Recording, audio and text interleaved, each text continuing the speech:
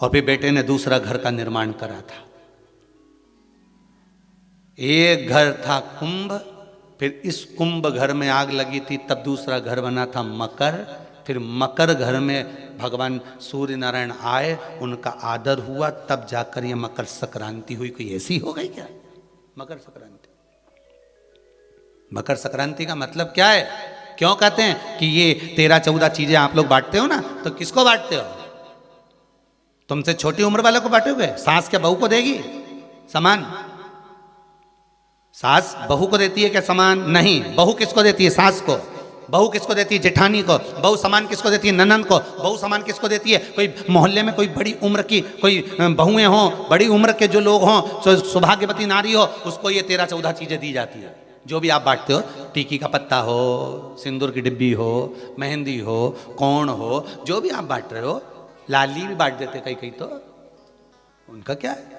तो ये जो चीज आप लोग बांटते हो, ये किसको देते हो आप लोग? किसको प्रदान करते हो? छोटे को नहीं, घर से बड़े को, जो आपके अवस्था से बड़े हैं, जो आपसे बड़े हैं, आप उनको दे रहे हैं।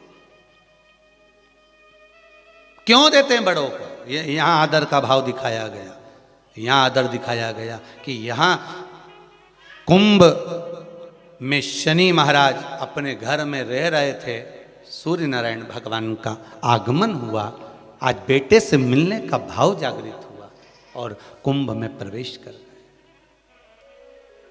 जैसे ही घर में प्रवेश करे, अब घर में प्रवेश करे तो आदर का भाव होना चाहिए था महाराज,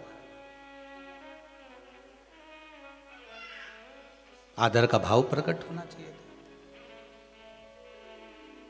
अभी कथा में कहा था, कोई घर का बड़ा आए, बुजुर्ग आए, आदरणीय आए, सम्माननीय आए, आपके पास में कितनी भी दौलत हो, कितनी भी संपदा हो, कितना भी धन हो, कितना भी वैभव हो, आप कितनी भी अच्छी कंपनी में जॉब कर रहे हो, आप कितनी भी अच्छी जगह पर पोस्ट पर बैठे हुए हो, आप कितनी भी अच्छी नौकरी कर रहे हो, चाहे आपके पास में बड़े से बड़ा पद क्यों ना हो, पर आपके भीतर बड़ों के पीछे, बड़ों के प्रति सम्मान भाव उत्पन्न होना चाहिए। सम्मान का भाव,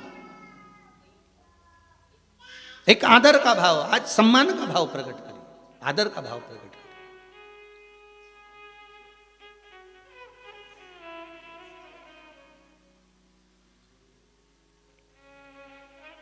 महाराज